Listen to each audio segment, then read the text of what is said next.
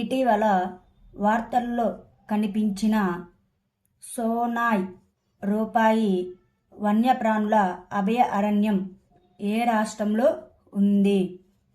అస్సాం రాష్ట్రంలో.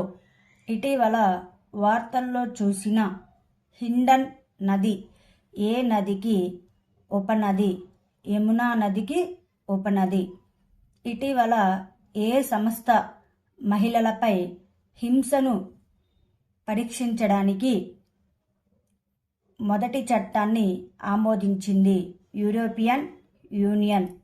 ఇటీవల ఏ సంస్థ 2024లో ఆధునిక ఆహారపు అలవాట్లకు అనుగుణంగా భారతీయుల కోసం అప్డేట్ చేసిన ఆహార మార్గదర్శకాలను విడుదల చేసింది?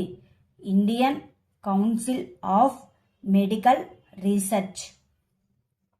ఫార్ములా 1లో సంచలన విజయాన్ని సాధించిన మయామి గ్రాండ్ ప్రిక్స్ను ఎవరు గెలుచుకున్నారు?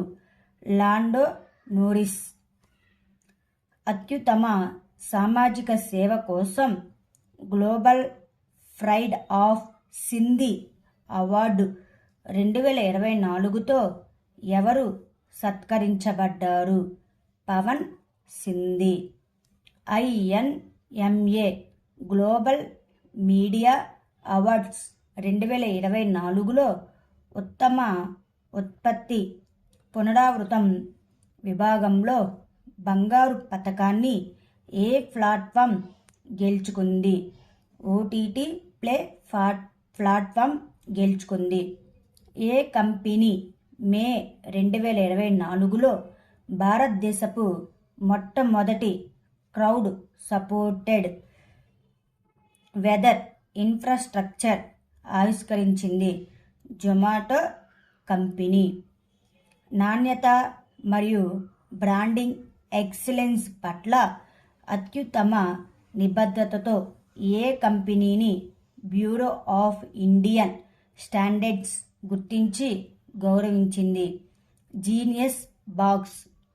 ఇండియా ఏ దేశాన్ని అధిగమించి ప్రపంచంలో 3వ అతిపెద్ద సౌరశక్తి ఉత్పత్తిదారుగా అవతరించింది? జపాన్ దేశం. భారత సైన్యం మరియు వైమానిక దళం సంయుక్తంగా గోరఖ్పూర్ సర్సావా బేస్ వద్ద ప్రిడేటర్ డ్రోన్లను వ్యవహరిస్తాయి? United States of America. 46వ అంటార్కిటిక్ ట్రీటీ కన్సల్టేటివ్ మీటింగ్ ఏ నగరంలో జరుగుతుంది? కొచ్చి నగరంలో.